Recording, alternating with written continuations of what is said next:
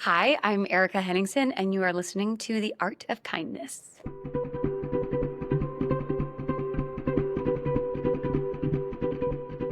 Hello, beautiful people. Welcome to The Art of Kindness, where we have compassionate conversations with artists from all areas of the entertainment industry who are using their voice to spread joy and make this big spinning planet in the universe a better place to be. I'm Robert Peterpaul, and I'm so glad you're here.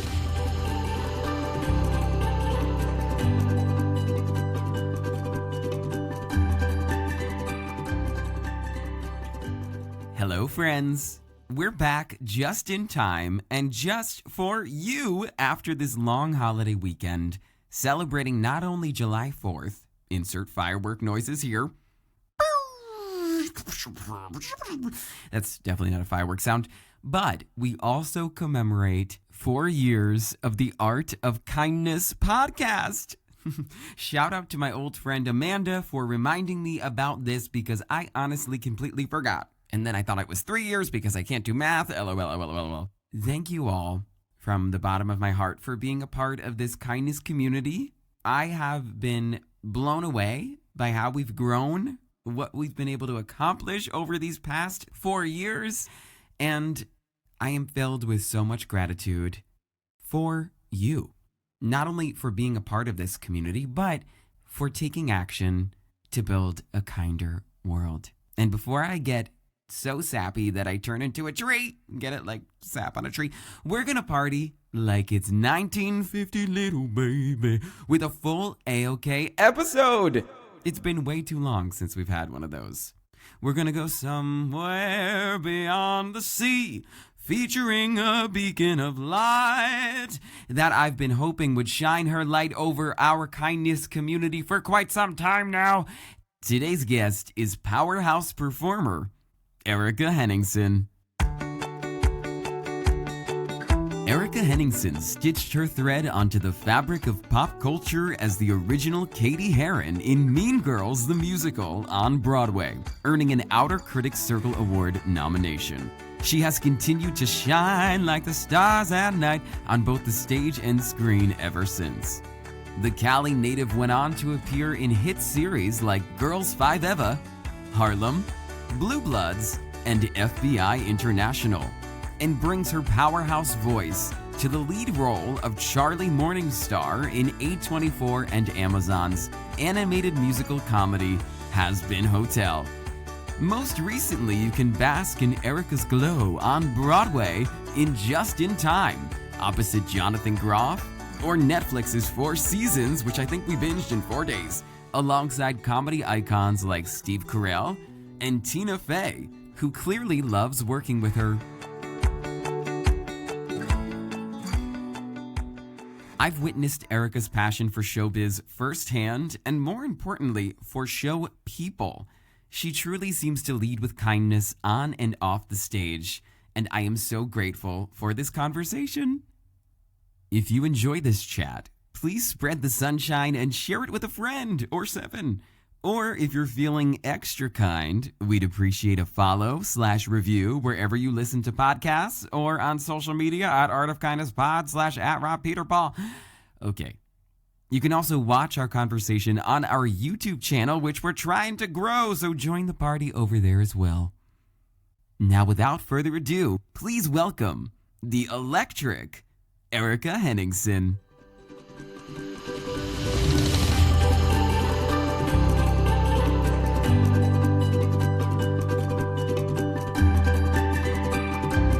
How are you? I am so well. I'm literally I'm so cozy. I'm just sitting on the ground in front of the couch with my tea, and it's just been a lovely, chill day. I'm so excited to see you. Oh, I love that for you. We kind of match too. We got like this We gray do vibe kind of going match. on. I know. I take it. I was about to really do the hair up, and I was like, you know what? Let's be authentic. It's a weird hair day. We're wearing a ball cap. It's all good. Listen, authentic beauty. I'm always wearing a ball cap, except for Yes. right now. I have my full jersey out on display. But is this your apartment? It's very relaxing. It's very relaxing. It is my apartment. It's actually like our rental apartment because when Kyle, so we live uptown, but Yeah. when Kyle got old friends and he was going to be gone for a while and we were both going to be on the same, he was going to be gone for 6 weeks. And then when he came back, we were both going to be in tech and previews and opening. And then I was also doing Four Seasons press. And I was like, I think we need to live closer to work for like Mm. 3 months, especially because we have a dog and we just needed to like come home in Oh, between. yeah. So What we kind of said, dog? Wait, uh, I need to she's know. the best. She's a German Shepherd cattle dog mix. Oh, Um, hello. she crazy. And yeah, we just were like, let's just see if we can find a place in Midtown to sublet for a couple months. And we found a great spot, like 10-minute walk from the theater. So we've been here and we head back uptown pretty soon, but it was really nice for like all of Mm. March, April, May during all the chaos to be close Yeah. by. Well, congratulations on all the cast. And I remember actually when Thanks. we met, you showed me a picture of your I know. dog, and it was so cute. And I'm just so grateful you're doing this. I'm so ready. Tell me if there's anything I should turn on to ensure. Like, should I go put headphones in? Just turn on party mode. Sorry, that was really dumb. I think you're good. I think you're good. I'm just gonna say, Erica, I am so happy to spend some time with you. I think you like just put such good, yellowy, beautiful energy into this industry. And you deserve all the things. And I'm so grateful that you're a role model for people to look up to because I know you teach as well. So thank you for being here. I'm excited to kind of pick your brain about kindness today. Oh my goodness, I'm so excited. Yeah, I'm so excited. It's so good we got to, obviously meet post just in time. I'm happy that we've like come back around full circle to I get to do know. this. And I have to say too, like, I feel like you must make everybody feel like they're your new best friend because you just have that kind of vibe. Where do you think that comes from? Because I immediately was like, I could be friends with you. Like, you're awesome. Oh my gosh. I mean, I always want to leave feeling like I've made friends with somebody. So part of Hmm. it is my own desire. Wait, what was I watching recently where I was oh my goodness, it was some fictional character where they were like, you can't be okay, I'll have to remember it, but I don't know where it comes from. I mean, I will say like I remember watching my mom like growing up, just very much whether she was at like swim meets or at like dance recitals, she was just very social. Um, and like remembered facts about people and remembered everybody's names and just sort of like made them feel very comfortable. So I feel like I kind of picked not just like my personal desire to do that, but sort of like how you do that from her. But yeah, I don't know. I'm also like the younger sibling, and my older siblings were always running around hanging out with the two of them. So I think maybe I've just always been looking for friends, like in any situation. Like hiding behind the couch while they're hanging out. Hey, what are you watching? They're Yeah, like, you're too young for this movie. Get out. yeah, exactly. Oh yeah, that was so true. That's like very iconic. Yeah, my friend Jenny, Yeah. she lives when I moved to LA for like 9 months. That was actually when I realized for the first time I had to start making friends again because I didn't really know anybody there. And I really enjoyed that. I don't want to say challenge, I just enjoyed doing that. Whereas in New York, I kind of know everybody, and it's really rare to meet somebody who I don't have at least like 1 degree of separation from. And Hmm. it was a cool new like swimming pool to dive into to be in Los Angeles and to remember like, oh yeah, I love meeting new people. Yeah, well, I feel like whatever pool you're in, people are probably swimming over saying you're a good swimmer and giving you compliments because, like I just did at the start of this to have a really chunky transition here, because I feel like everyone's probably, for the most part, such a fan of you and what you do, and you put so much joy out there, literally with the show Joy at one time in your life. So I'm wondering which I just saw the other night, sorry, I have questions about it. what do you think is the way you handle compliments? Like, how are you at accepting compliments as someone who I'm guessing gets a lot of them? That's sort of part of this business, and you want it, but it's Yeah, tricky. I feel like I'm learning to, I mean, it's even happening at just in time. I divert pretty quickly. Mm, Like people will come to each other like, you're great. And I'll be like, I know, isn't Jonathan like so incredible? And it's happened multiple times where they go like, no, you. I'm like, yeah, totally. Oh my gosh, this like funny thing happened backstage. And it's yeah. not because I think it's not because I can't take a compliment. It's not because I don't want to hear it. I just I'm less interested in talking about like the Like a really ego versus art kind of thing. yeah, like I always want to talk about them. Like my question always after I see somebody who comes to the show is like, where were you sitting? Did you have good seats? Like, did Jonathan dance with you? I feel like they just watched me for 2 hours. You know, the last thing I feel like they want to talk about more is me, and I want to hear about their experience. And Hmm. some of that is probably protective, but I tend to really turn the lens and turn like the light to other people. And I don't want to pretend that that's not, some of it is a true, genuine interest. Most of it's a true, genuine interest. And some of it is, I'm sure, like a protective mechanism as well, which is, fascinating. Like it's both. Yeah, I can relate to that so much as a recovering people pleaser. I actually wanted the movie you were trying to figure out before. I'm like, is that the movie I'm trying to write that's called People Pleaser? And it's like a dark comedy thriller, Oh my murderous, gosh. Like people pleases until you're in like a like killing heist someone situation. situation. Yeah.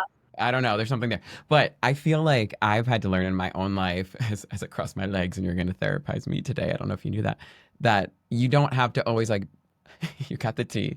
What's on the mug? Is that a little animal? Oh no, it's Oh, just okay. This should be called Not A-OK and ADHD with Robert P. Sorry, that was okay. But I feel like I've had to learn not to be the host sometimes. Like, and I get the vibe from you that like when someone comes over to you, you feel like, and maybe I'm just projecting, but that the pressure, and it's a good pressure sometimes, but like that you have to lead the conversation, make sure they're having a good time. It's like you got to fill the awkward silence. And if you don't, I don't know. I feel like that's become part of my personality and it can be so tiring, right? But do you feel like that's a struggle for you too? It is so 100% part of my personality. Um, there's like three things that made me think of. My castmate Emily Burgle and I, we call ourselves the cruise directors. Like we always want to facilitate the hang. We want to facilitate the Saturday night on Broadway party. We just feel the need to Hey, yeah. create the atmosphere of like, even though we're doing 8 shows a week, of adding something on top of that. Mm-hmm. Um, the other thing is when I have, I shot, somebody asked me, I shot the Four Seasons and they were like, how similar are you to your character? And I said, we have some things in common, but there's this line where my character Ginny would say, she invited all these friends on a trip and she basically goes, do you think everybody's having a good time? And that's Mm. like so me, is everybody having a good time? It's why my own wedding, like my gosh, I don't think I relaxed. Yes. It's Yeah. terrible, but Yeah. I knew this about myself. I was so excited to get married and our wedding day was wonderful. I don't know if I was fully present for a lot of it because I was just so worried about everybody having a good time. There was I like know. this moment where our wedding planner Yeah. brought Kyle and I upstairs to our hotel room after the ceremony to kind of like have a moment for the two of us. And we did. And he's very similar to me. And after like 10 minutes, we were like, okay, yeah, like we have to get back down to our party because who is hosting it if it's not us? Yes. Yeah. I um, totally get that. We were the yeah, same at our wedding yes. like 2 years ago. And it's the best day of your life. And at the same time, it's draining and it becomes almost like not about the two of you. Like we were like, how can we make sure we see everyone? And then we played this weird table game where we had to stop at every table before the song ends to take a picture with That's everybody. exactly. Yeah, we should have made a Yeah. game out of it, but instead we just It was ran fun. around the entire dinner. And I think that's a beautiful instinct. Yeah. And it's gotten me, I don't want to say it's gotten me far. It's given me a beautiful life of like wonderful people that I Mm. love and in an industry that is full of like so many like incredible humans. Being able to give that energy out is something that I do not take for granted. I'm glad I have that battery inside me, but it Yeah. is, I've had to really learn like sometimes silence is okay. Uh, Yeah. Oh wow, that hit me deep.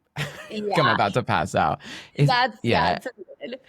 Just that question was my brain went to three different places. Like I just finished Amy Poehler's book and she has a whole thing where she talks about So sitting good. next to somebody super famous and she's like, I'm just not gonna say anything. I'm just Yeah. gonna, and I remember thinking, oh yeah, I really need to work on that because I feel the Mm. need to cruise control.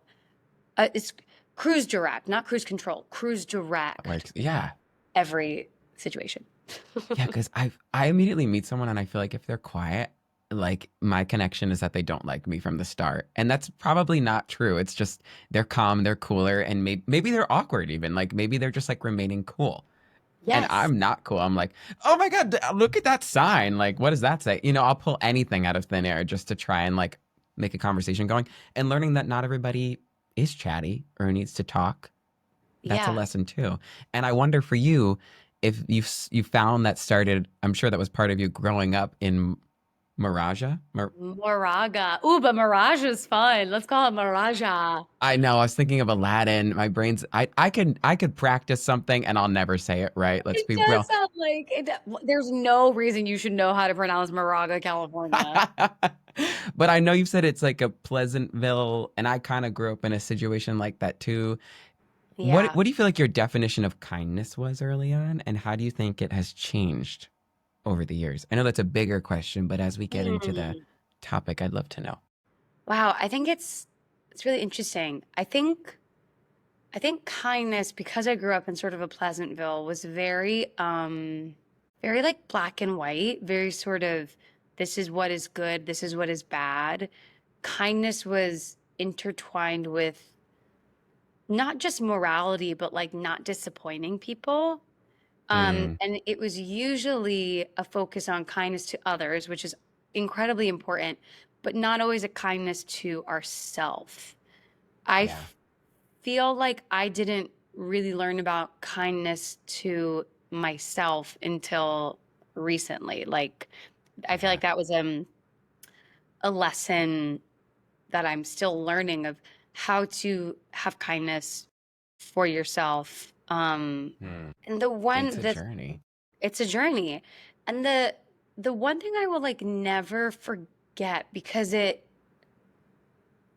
how I kind of want to conduct myself, especially because I am an actor, and so much of what we do is judged, and so much of what we do is going to see other things that people are in and forming judgments. Is I had this incredible acting teacher named Janley Marshall, and Shout we were out. just shout out Janley, the best. She still teaches, she's incredible. And we were in like an improv class with her, just sort of a scene study class, and somebody made a choice. And this is a rule of improv, which improv is like say yes. But somebody made a choice, and the girl next to me, who was a dear friend and still is, we like teased it or we laughed at it. And I Mm. will never forget it was the first time somebody spoke to me like an adult and wasn't like, oh, you get an merit. She turned to us immediately and just like with a ferocity and a clarity just said, don't be mean. And I Mm. will never like that. I truly like think that is the moment I like came online because it, Sorry, I used to be able to do the dial up. I can't do it right yes, now. it was like I was dialing up. It was true. It was the Yeah, yeah, dial yeah, up yeah. moment because it wasn't the thing that was like, where you had conflict managers on the playground. It was like, what did she Yeah. say? And how did that hurt your feelings? And can you apologize? It was a clear, visceral, like, do not do this to somebody who is putting themselves out there. And it was Mm. an acting class. And I will never, ever forget that. Yeah. And it stayed with me, particularly as an actor, because I'll never forget it. It was like not being kind means not just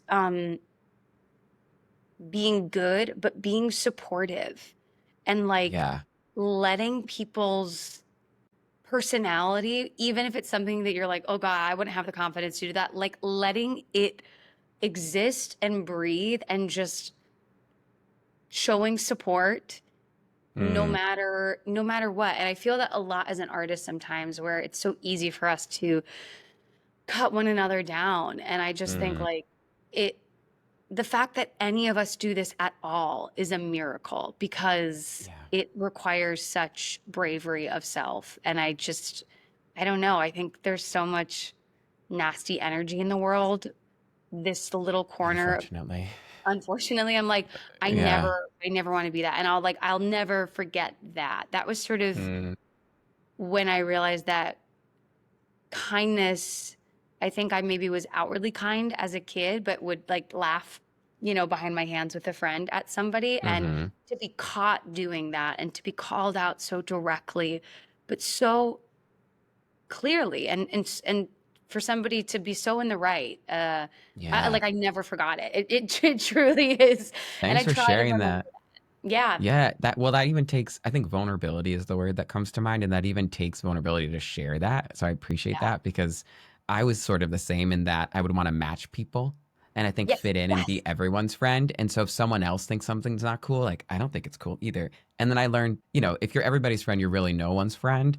And Yeah. so having the vulnerability on the other side too, like it's actually very vulnerable to be an audience member. I sit with friends that like will cry, will shout, will say you, and so interactive that like Yeah. people are turning their heads. And I'm like fighting to not cry at the, whatever the show I'm Yes. watching is, Yes. so I'm like, The Notebook, why did you make me cry? It's like I love it. having that, I know, having that vulnerability on both sides even Yeah. applies to life. Like it's so vulnerable just to smile at someone on the street, right? Because it Yes. feels Yes. like rejection could come your way. You're so correct about, I think, like what you said of, if you're everybody's friend, you're no one's friend. And that, I think I used to interpret kindness as like agreeing with people and being agreeable. And like you said, just mirroring whatever they thought, whether it was a strong opinion or just something they liked and being like, yeah, me too. Yeah. And I got into a lot of trouble with that, like in my early 20s, just sort of realizing like this person doesn't, this person likes me because I'm just a mirror for them. And Mm, sometimes I was being a mirror for things that that's were interesting. negative opinions of others, being like, yes, totally. Oh my God, that was Yeah. terrible. Yeah. And I've actively had to figure out like, how do I how do I allow somebody the freedom to express their opinion and sit with that uncomfortable moment of silence of being like, Hmm. I don't agree with them. That's okay. That doesn't mean I'm being bad. That doesn't Yeah. mean I'm being righteous. It's just I don't have to mirror you to be liked. And I really think, That's the pull quote. That's being yeah, put on a post-it right after this. I'm yeah. making mugs, Erica. That's It's so tough true. though. It's so tough. Yeah. It's so it's so hard to And not you do feel that. bad after you do that. I mean, matching and being friendly to everyone, I think Yes. it's a great skill. And at the same time, you have to stay true to yourself. And sometimes I think staying true to myself hurts someone else's feelings, but it's not true. Like it's like if it hurts their feelings, then that's on them more so. And I wonder for you as someone who I have like 87,000 questions for you, but I feel like we could go down 20 rabbit holes already and I'm excited. I'm like, "Oh I my love God, it. time's I know. flying." I know. Welcome to my brain. It's just like we go one way and then we like whoop, go down Oh another no, road. I love it. That's why I write down questions. I'm like, this podcast is the only time I'm comfortable in silence because I'm prepared probably, but we can Yes. unpack that later. I feel like hit these really major milestones, and whether it feels like it or not, I feel like you were around such luminaries so early on, from Sheryl Crow in Diner to Les Mis with all these Broadway icons. And I mean, that was just a Broadway blockbuster in itself. And I feel like people want to check that show off the list. I'm wondering, and I'm such a fan of yours, by the way. I don't think I said that, but Thanks. did I'm sure I said that after just in time, but did getting such major and well deserved, obviously, opportunities in the beginning kind of inform kindness to yourself at all? We sort of touched on that, but like, did that validate you in certain ways? Did it make it worse? Like, what were your feelings early on as you embarked on this Broadway career? It's a really good question. Um, well, the question made me think of two things, which is you're right. I have gotten to work in front of people who are massive luminaries, to use your word. And if I could give any advice to like young people, it's sometimes I think the reason I've gotten where I've gotten is because when I don't know who somebody is, I treat them the same way as when I do. If anything, Hmm. I actually prefer not knowing how important somebody is because I start to get weird. And That's why I've made I love researching people, but then I mean, I'm always weird, but like then I'll get weird. correct, correct. And Yeah, I think I've I get made that. some wonderful connections and inroads in this field because I would be seated next to somebody and have no idea who they were and just be nice and be kind and curious about them, not realizing they were XYZ. And like that to me is for every young student. It's like, look, if you show up at the party and you don't know who anybody is, don't try and talk to the most important in the room. Just be yourself.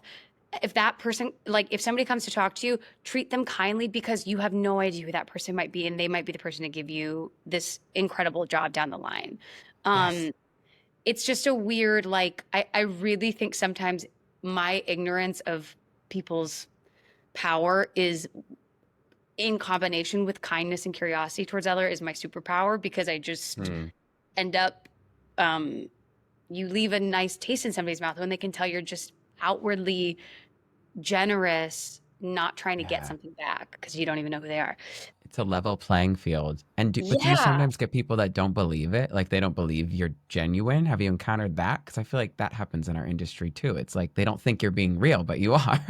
Yeah, I had some interesting experiences when I was younger in theater and during some of these shows you were talking about, where I was in my early 20s and people were maybe like a decade or so older than me. And I remember somebody saying to me, like, I can't wait for you to get older for the world. And this is like a direct quote, and I'll never forget it. She's like, to break your spirit. And I remember just being like, what? And I was so young and I just kind of laughed at it because it was said with that sort of like sarcastic thing where like there was some real edge on Mm, that comment, but it was said couched in a joke. And so the only option was to yeah. laugh at it. And probably on a couch. I like that you used couched. Yes, yes, probably on a Couched in a couch. Yes. joke. Probably on a dusty couch backstage somewhere. Okay. Yeah. And That's wild. I think when I remember all I remember from that era was like I don't want to lose whatever this sort of people saw as naivete is inside of me, which is that like I am happy to be here. I want to be friends with everybody. Not because I want to get something out of them, but because I just think life is more pleasant that way. Yeah. Um, It's actually science too. There's actually science behind that. Not to get totally nerdy, but no, I it's a love that fact. stuff. I really do. And it's like I obviously have like my close friends, but um the the question like the kindness to myself that you asked about, I feel like I wasn't concerned with that for a while because I was just being um I don't know, I think I just I didn't I didn't have like a ton of compassion for myself, and getting work felt like validation, and that became the way that I could have. I'd be like, yes, you did a job well done. Um, and now I'm slowly starting to separate work validation from self validation, like, and Mm, uh, not confusing my identity as the roles I've booked or gotten to do. I don't it's know if so that makes, hard. that was like a No, really that makes rough so answer. much sense. No, I appreciate you sharing that. And I feel like in looking at your career, it's interesting because you've had sort of rejection for these big things you've gotten close to, and then you've gotten those big things. And I wonder, I'm like, if that was me, how do you not psych yourself out going back? But then I heard you in another interview talk about rejection and the power of rejection. And I thought that was so cool. And I would love for you to do like a TED talk on rejection because we hear it as like a trigger word and it's like a bad word, but you actually call it kind of like a superpower in a way. It's a superpower. It's exposure therapy. I was gonna do a TED talk at U of M Wait, last year really? about rejection, and I hopefully they'll keep asking me because I've had to cancel twice now for work Go obligations. ahead. Um, but I had sort of written out this concept of like, I my older sister, she wouldn't mind me sharing this, is she works in finance. She's older than me. She's kind of Mm, worked in the same industry, in the same job for many years. She was with a partner for like 8 years. And two things happened where it was like her personal life uh, and this partnership ended. And then she had left the job that she had been working at. And it was like, obviously, that is a seismic thing to shift in Yeah. your life. Good word. Yeah. Seismic. But it was really wild to watch this person who's incredibly intelligent and strong deal with what I think was maybe one of the biggest rejections of her adult life. And it caused such a like rift in her soul that I deeply understood, but it also made me realize like, wow, I get rejected, and especially in my 20s, I got rejected like 4 times a week. Hmm. And it starts to lose its power over you. Like I love reading about all Mm. those like exposure therapy camps that kids go to for like phobias. I don't think I could ever do it, but it is Yeah. true. It's like if you fear rejection, the only way to get over it is to throw yourself at the wall and get rejected over and over. And Mm.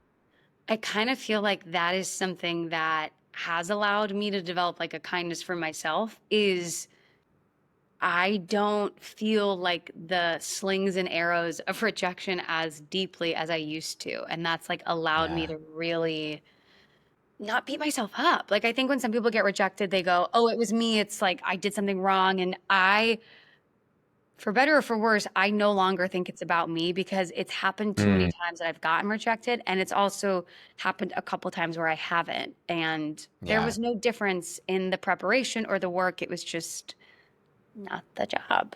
I love that. It's like building the callus to play the guitar or something. Yes. I'm constantly being rejected. I'm in the rejection stage, and I think what I struggle with is like not rejecting myself first. So like Yeah. let them reject you, but Yes. don't reject yourself before you even actually like present something you're proud of. And you Yeah. had this kind of big rejection right before Mean Girls, and I feel like people will come for me if I don't touch on Mean Girls really quick. Oh, But I in love them. general, your career, it seems like you went through many of those experiences and then surprise you booked it.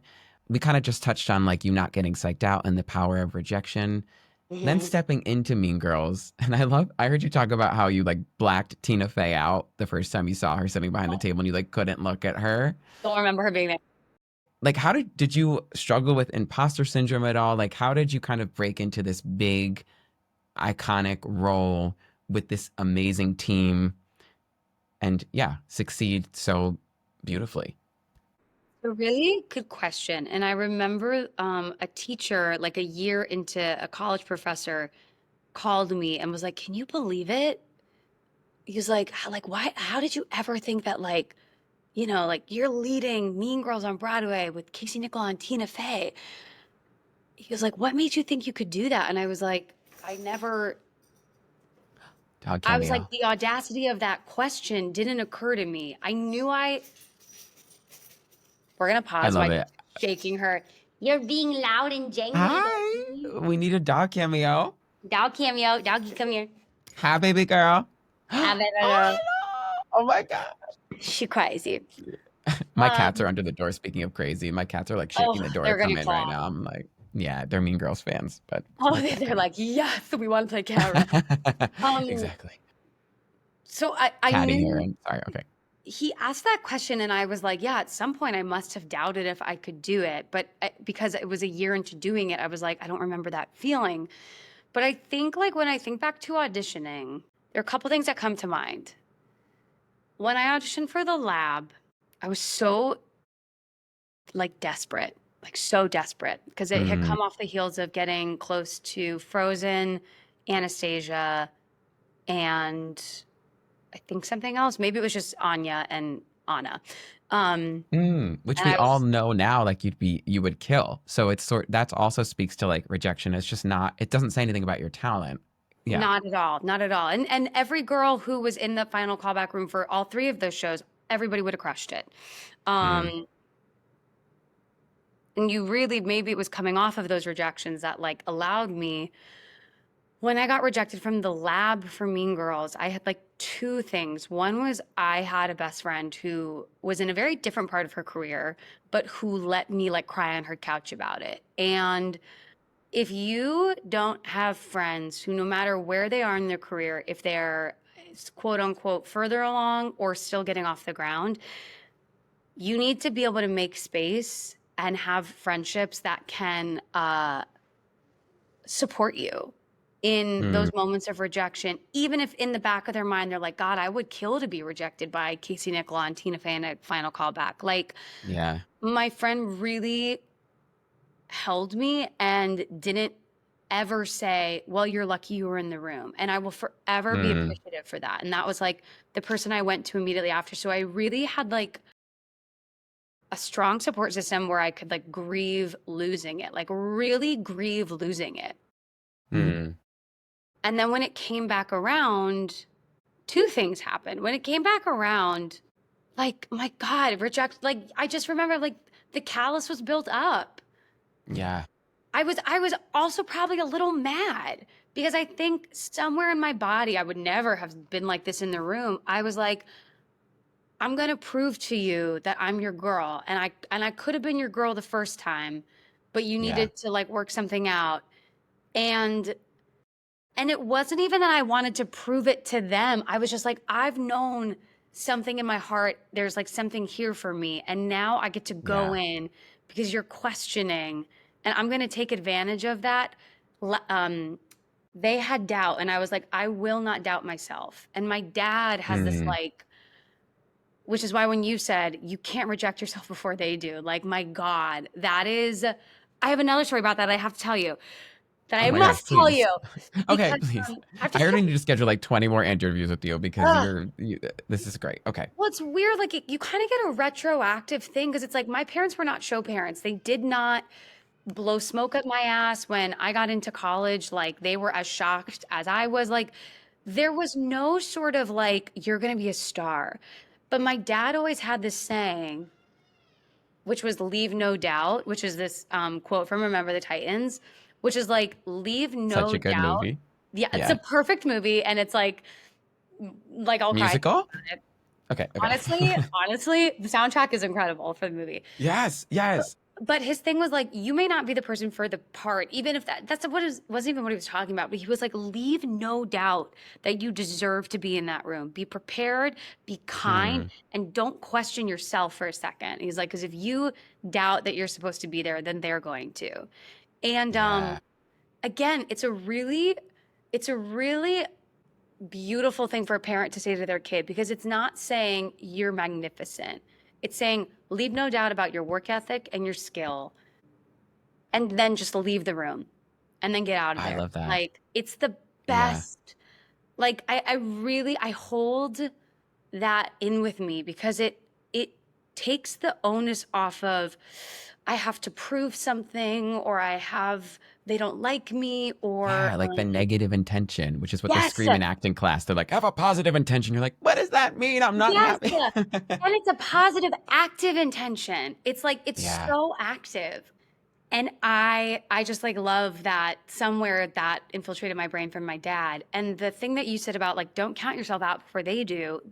I made my Broadway debut doing Les Mis, and I was initially brought in for Cosette, and I was doing Diner Out of Town. I didn't get Cosette, but a week later they were like, will you come in for Fantine? And I called a mentor and friend, Rachel Hoffman, who works at Telsey. And I was like, I don't think I'm going to get on a train to go. Like, I'm not a Fantine. Like, I don't want to spend my last Monday in DC when all the cast is going to be hanging out.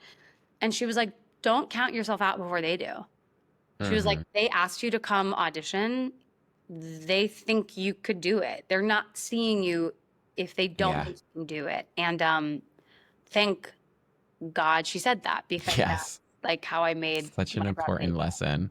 Yeah. And think about all the people you watch on stage that you're blown away by, that you're like, wait, actually, I wouldn't peg you to be this part when I read it, or you watch a movie and it's that same feeling.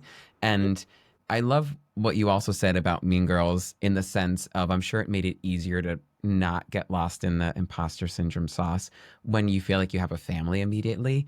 And it makes me wonder, because you've talked so much about how it was so special, and I know you're feeling that again with Just in Time. I guess, can you like pinpoint, I know it's the people, but what kind of makes that a kindness first process? And how do you think we can have more of that? Because we all feel that when it's not there in this industry. My God, you really do. And I've only had a couple experiences where I haven't felt that. And I feel very lucky that for the most part, the experiences I've had have been like bathed in kindness and support. Oh, bathed. I love that. Yeah. One, I think, is the leadership. Tina Fey basically read the 4 agreements to our cast of Mean Girls on day I 1. love that. Yeah. She's great. And I she have always that says on my like, wall printed. it's the best. It's the best. She said this thing. She was like, the fish rots from the head. And she said that to the leading girls. She was like, if you go down, the ship goes down. And that was an ensemble cast, but just because I was on stage the whole time, I took like Yeah. a lot of it to heart. I was like, if I have negative energy on that stage, everybody will see it and it will affect the entire thing. So I really Hmm. took that to heart. And another thing she said was be impeccable with your word, which is, again, it reminds me of like, don't be mean. Like, Hmm. we were doing a show about Mean Girls, but it was like, if you Yeah. have a problem, communicate it, be impeccable with your word and your energy, but don't talk behind your hands to one another. Mm. And I think I just thought of Wicked when you did the hand yes, thing. yeah, exactly. Like, The Wicked, it's like, so it's so true. Like, oh God, that scene in Wicked where Elfie and Glinda oh, dance. I Like, know. I just like bawled my eyes out because it was so like, to me, that is what kindness is like supporting somebody's weird, like Yeah. supporting somebody's humanity in public. Like, I think there's a Mm. lot of people who um especially because what we do is such a public art form, like we're always in rehearsals room and in rehearsal rooms in front of one another, and people are feeling insecure and scared, and like you have to like hold people gently and allow that. Well, and it came from the top down with Tina, and that Really makes me did. wonder too. Is there, I mean, from Mean Girls to Four Seasons, I'll squeeze in two as our time like ticks away, but we're Yeah. just in time. Let's be real. Yes, Did it you, does. do you feel like you witnessed any acts of kindness from her? I'm sure there were, and I hope there were many, but is there anything that stands out to you as someone we all look up to that Yes. you could share? Oh my God. I mean, the greatest act of kindness she's given me is treating me like an equal. And what that's done is it's allowed me to see myself as somebody who could be in the same rooms that she is creating in. To me, that is the biggest kindness that somebody of her stature could offer a young actor, is like there is such an equanimity. Is that the word I mean?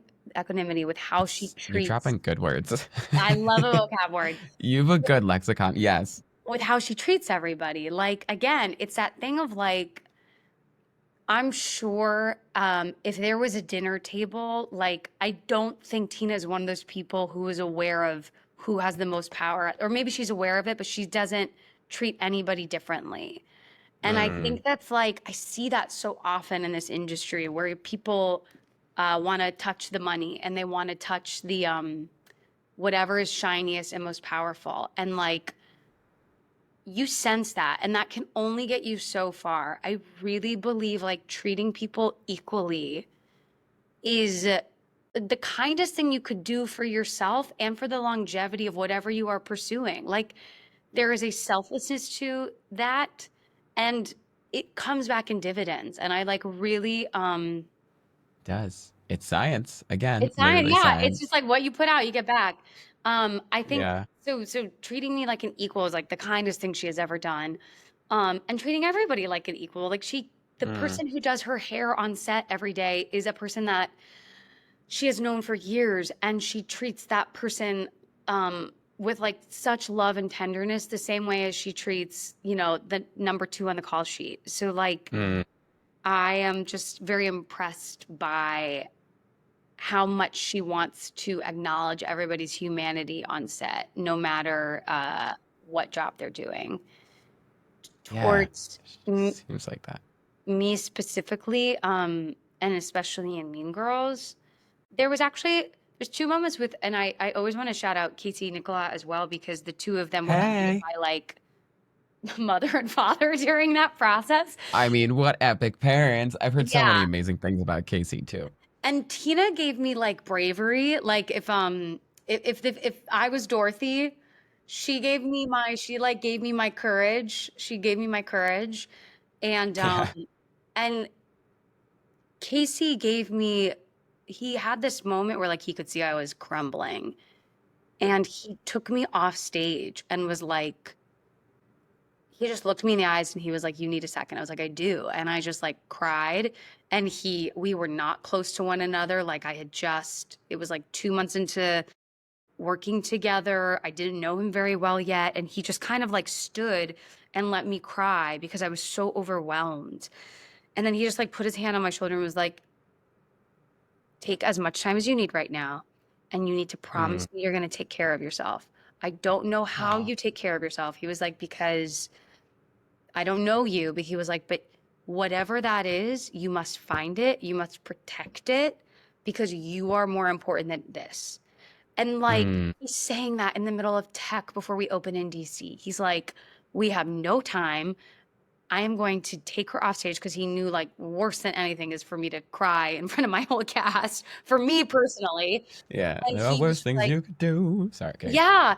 And he just Yeah. gave me like an okayness with vulnerability and an okayness to choose Mm. myself. Like to say, "You're being such a team player, but I need you to remember that you are the team captain, and the team captain needs to Yeah, honor." like it comes from you. I think a lot of Yes. people don't realize when they're in the audience, when you're backstage, like you could get a cut, something traumatic happens backstage, like your eyelashes are falling out. I don't even know what's going on, but you have this moment of like, put it on. Like, I don't care if this burns, like I'm going to get on stage. And then you do the thing. You're like, I don't care what happens. I need this moment.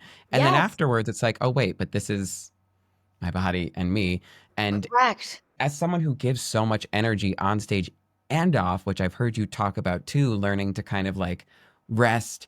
I wonder, I saw this at just in time when me and, hey, Laura, my best friend Muppet Laura, got to see you. And we talked after, and you were so warm, so fun. Like we had a great chat. And then you went and you greeted every single person at the stage door, and you maintained that same energy, I felt like. So, talking about what Tina taught you, I feel like you're already paying that forward, whether you know it or not, of treating everybody like an equal. And you mentioned something to me about the Mean Girls fans in the stage door and how that's kind of linked with kindness for you. So I just wanted to like hold space for that right now and see if there was Yeah. anything you wanted to share there.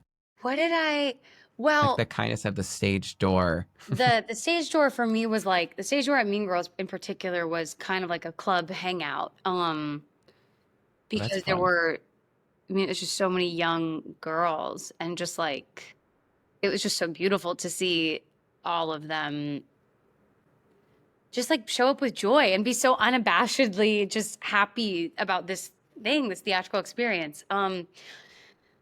One thing that I have learned, especially about stage door, is I want you to continue your positive experience.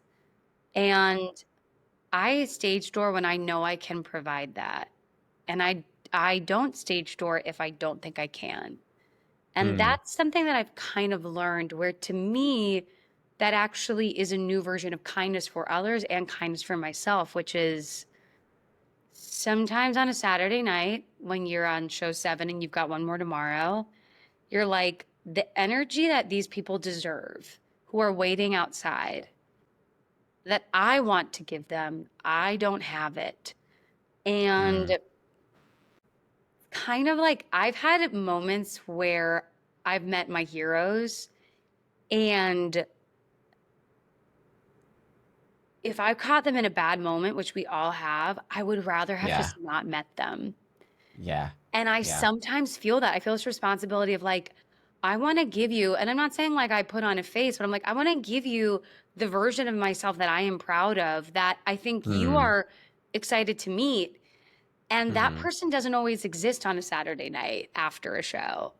Oh my gosh. Yeah. After the long week. And then do you find too, as someone who walks into the room, which I always try to do, I'm like, walk into a room, leave it brighter and better than, what it was before you came in there. Do you find it's hard to navigate that when you walk in and then someone just like pops your balloon and it deflates and they're not giving you that energy? Like, how do you navigate that with kindness, especially if you're then going to be with that person for however many months or years? I mean, I feel like if I've done anything well, it's like I can like avoid what I call them human landmines, like With the with, vampires. Yeah. yeah, yes. I really can. And like, it's not even that I avoid them because I oftentimes, not in current situation, but have had to work with people where I'm like, oh, you're gonna suck the joy out of the room. I know. Yeah, you're gonna like Yeah. I don't want you to be the like anchor dragging our boat down. Yeah. Which happens in everybody in every job. I think it's a very relatable thing that we unfortunately have to navigate because Yeah, it it's does. part of life.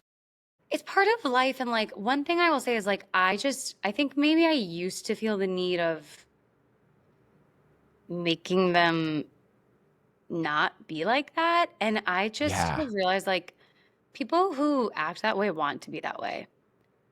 I don't know Mm. why. They've decided that for them it's cooler, sexier to be blasé or uninterested. And I just like don't operate that way. And Yeah. so, oh hi Kaya. And so I just Hi. I don't know, I kind of I tend to just like divert. Like I tend to just like divert my attention Mm. elsewhere. Yeah, I think that's all you can kind of do because it's hard not to take it personally and then Yeah. you can go down our whole journey with that. But I want to ask, I mentioned our friend Laura, who we saw just in time with, had the best time. Just in time also is just in time. We need that right now in this world. It's given people such a good time. And I Boy. have a million questions about it that I won't ask, but I'll ask a question she wanted to know, which is that Just in Time obviously is about a famous figure. Mean Girls was about an iconic movie. We mentioned Yes. Remember the Titans. What she wanted to know what other iconic role, maybe from like growing up in our childhood, would you want to tackle in a musical, if there is one? I mean, for a really long time, I heard that A League of Their Own was going to be a musical. Yeah, Um, I and heard that. I just love, I like working with women. That's about a whole team of softball, a women's softball league. So I would love to play Kit to somebody's Gina Davis, Casey Levy, if she's available. Um, Yeah. Oh, yeah. Oh, that's a good call. yeah, so that's a character. That's what I would want to do in a musical. I'd love to do Joe March at some point if there's a Little Women. I mean, I know we've already done it, but I would just love a revival of that. Yes. Um, I love that so much. she's incredible. Oh my God, the doggy. Yeah, I feel Yeah. like that. Oh, And then I've always like I actually like have a new like I was not an athlete growing up, but I like loved women. I grew up during like the mm, era of like Mia Hamm and like the women's 1998 yeah. soccer Yeah. team and like all this net like I was so inspired by those women. I would love to do a movie like about that soccer team and be one of the players on it because I Yeah. love being Like a Bend It Like active. Beckham. Yes, exactly. Like I've always wanted to do something in like a movie where I'm actually like Yeah. playing an athlete and I get to do the sport while we're filming. Oh, I love that for you. Okay, let's manifest that. And I mean, I know you also manifested on your bucket list working with Jonathan Groff, who you mentioned at the top. You did say it to us too after we saw you for the show. You're like, isn't Jonathan amazing? And he's just as amazing off stage. Talk to me about the kindness of that's inside the Groff sauce because working on this insanely fun show, Yes. it kind of has to be fun backstage, and that only really happens if your Bobby Darin is leading it that way. So, Graf sauce is like he does the same thing where like he just treats everybody the same.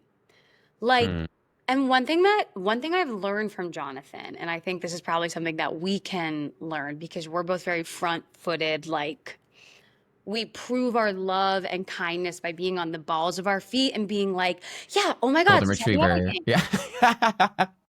Jonathan is like Yeah. this very sweet, like gorilla who is like, Oh, oh. come over here, sit down. I made it nice.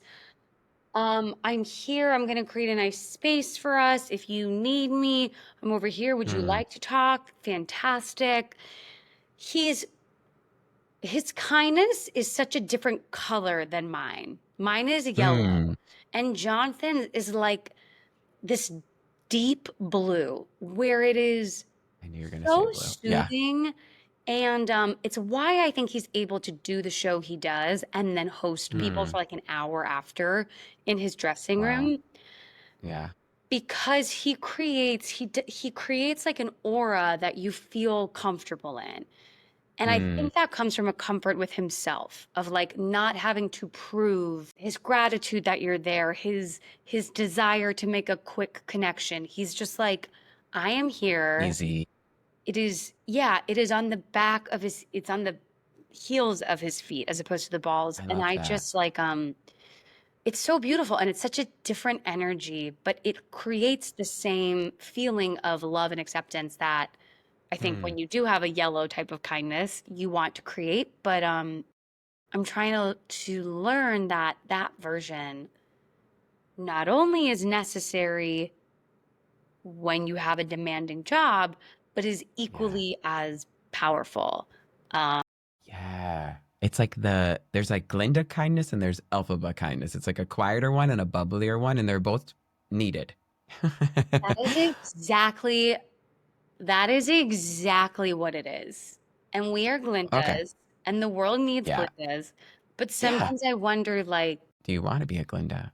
well, yeah, and it's like it's just so and it's so clear, like it's so funny that what Glinda does is she becomes this sort of like face. She becomes a Mm. public figure.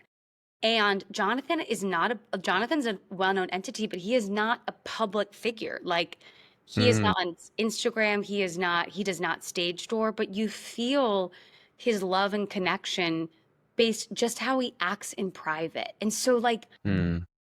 I sometimes feel this thing of this tear between my public persona of whatever people attribute to me, wanting to Mm. ensure that my private persona is if I were to disappear, that I can rely that my private persona um could also be enough.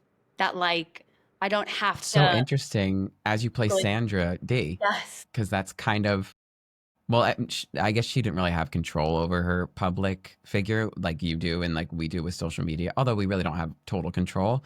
It's like she had that people assumed she was one thing, and then behind the scenes, as we learn in just in time, Totally she was different. something else. And Totally. that's a really interesting struggle and something it's oddly relatable now because everyone's on social media. And Yeah. so even if you're really famous or if you have like 300 followers, it's Yeah. kind of the same when you run into people. It's like, oh, I saw you were, skiing, and it's like, yeah, that was the best time ever. But it's like actually there was Yeah. family trauma at on the trip. So I think that's relatable. I know I gotta let you go, but I would love if we could play a surprise game really quick. I love a game. Okay. Ding, ding, ding. Okay, yeah, I have a theme song that I'll insert here. It's super kooky. Okay, okay. Everyone is beautiful in their own way. It's the compliment game on the AOK. It's the compliment game. Bump.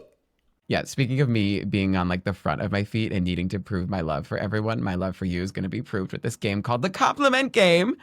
Oh my God. Basically, Erica, I reached out to someone that someone in your life. It's not Laura. Sorry, Laura, because I thought that would be obvious. And I asked for a genuine compliment about you. I'm going to read it to you, and then you have to guess who said it. Wait, this is like the most fun game ever.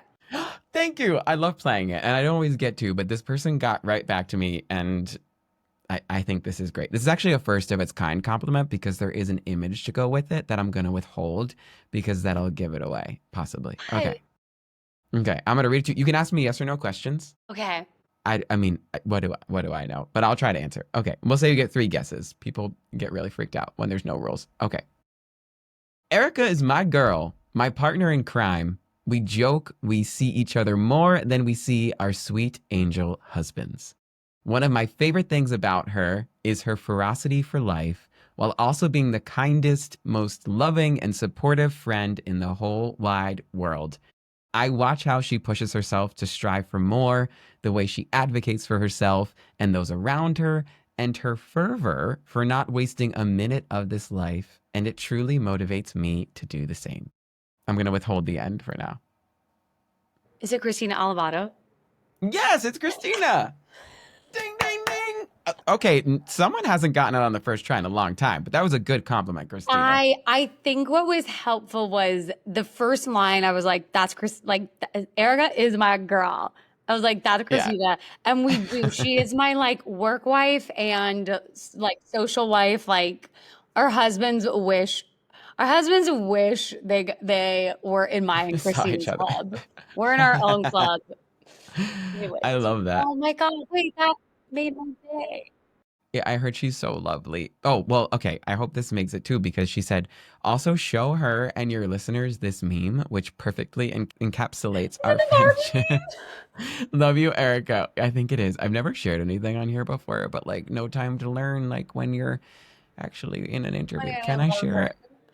Oh, Wait, yeah, it is. Nobody can see it that's listening, but it is the Barbie meme, it's the yeah. two Barbies sitting in the, and they look kind of deranged. They're like Weird Barbie, like Kate McKinnon Weird Barbie, and they're staring at one another and they're like both saying and pointing at the other girl exactly. Yes, it's giving like Cynthia, she's a really cool dancer, and Yes. I dig Oh, it. Christina is Christina, thank you. also like a beautiful, like a totally different type of kindness. Like I really love, I have some girlfriends in my life who are like, shout out to like my friend Chelsea Groen, who is truly like Glenda, like really like making good in the world with like acts of kindness in communities that need it. Like Christina is like a deep purple kindness that is like, whoa, does she make space for like your big, big feelings? It's just, I think what's like so like cool about this is like I don't think I have like any friends who are unkind, but like their kindness means something different to me. Mm, I love that. And I just like think that's for people who are maybe like, oh, I'm not super out, like it's hard for me to be outgoing or hard for me to be out there and like putting myself out there. I'm like, there is a way to like share your love and warmth Mm, in other ways, like the way that people like Jonathan do yeah. it. And it's like, I just keep attributing colors to it, but like, I think that's yeah, I beautiful. think I'm like a I love gold that so much. sparkly kindness. It's kind of like running Yeah. around, but the kindness that has meant the most to me is from some of my girlfriends that is like a totally different, like quiet, deep kindness Mm, for what I'm going through that like nobody knows about except yeah. me. And that like, it's just great. We all need other colors. We need opposite colors so we can Yeah. make a new color together. No, but I think that's the only reason tension comes into play is when there's like you don't understand someone else's kindness. Because like Yes. being excited and wild and talkative might actually like offend somebody who grew up very reserved, you know? So it's really interesting to hear you say that. And I know I gotta let you go. I would love if we could just end our time together, Erica, by you sharing a tangible kindness tip.